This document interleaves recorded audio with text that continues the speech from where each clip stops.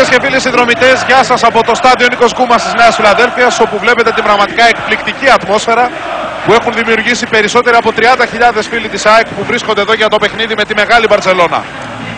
Δεν θα ήταν υπερβολή να πούμε ότι ακόμη και αν έλειπαν οι προβολείς, θα είχε γίνει νύχτα μέρα εδώ από τα βεγγαλικά που άναψαν οι οπαδοί της ΑΕΚ την ώρα που οι δύο ομάδες έκαναν από κοινού την εμφάνισή τους στο γήπεδο.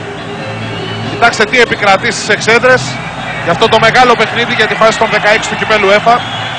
Ένα παιχνίδι που μεταδίδεται από την Ευρώπη μέχρι την Σιγκαπούρη, στην Καραϊβική, όπου μπορεί να σκεφτεί κανείς. Ένα παιχνίδι με τεράστια θεαματικότητα. Ίσως μαζί με τον αγώνα ανάμεσα στη Ρώμα και τη Λίβερπουλ τα μεγαλύτερα παιχνίδια αυτής της φάσης, των 16 δηλαδή του κυπέλου UEFA. Με 73 δημοσιογράφους και 10 ραδιόφωνα από την Ισπανία να δίνουν το παρόν στο στάδιο Νίκος Κούμας. Με τηλεσχολιαστές από την τηλεόραση της Δανίας και την Ολλανδική RTL 5. Με το σήμα να φτάνει στη Βόρεια και την Κεντρική Αμερική, καθώς και στην Καραϊβική από τη ζωντανή μετάδοση που θα γίνει από το Innovative Sports. Με την Μέση Ανατολή να παίρνει εικόνα από το Dubai Sports. Με το Singapore Cable να μεταδίδει το παιχνίδι στη Σιγκαπούρη. Εδώ το Μαρόκο, η Ταϊλάνδη, η Κύπρος, η Πορτογαλία, η Τσεχία, η Πολωνία, η Μάλτα. Όλα αυτά τα κράτη θα πάρουν απευθείας την εικόνα από το στάδιο Νίκος Κούμας του αγώνα που θα αρχίσει σε πολύ λίγο.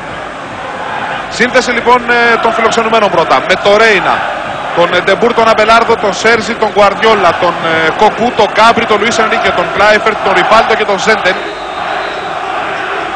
Και να πάμε πολύ γρήγορα, αφού είδαμε τους 11 του Σέρα Φερέρ, να δούμε την ομάδα που παρατάσσεται βέβαια τη θερμή χειραψία του Τσάρτα με τον Ριβάλντο.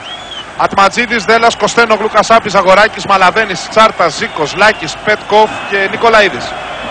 Η ΑΕΚ που, για να τα κάνουμε λίγο πιο λιανά τα πράγματα, να τα αναλύσουμε λίγο, αναμένεται να παίξει με μπροστά από τον Ατματζίδη το Δέλα ως τελευταίο παίκτη. Να σας βλέπετε τους υπόλοιπους 7 που βρίσκονται στον πάγκο της κάθε ομάδας. Κοιτάξτε τι γίνεται στην Μπαρσελώνα.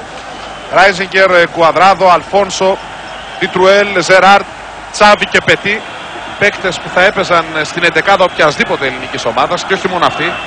Βάλτε και τους απόντες, τον Μαρκ Όφερμαν στον Ολλανδό, τον Πορτογάλο, τον Σιμάο, τον Ντάνι, τον Πουγιόλ, τον Αρνάου, τον βασικό ουσιαστικά τερματοφύλακα, τον Τελαπένια.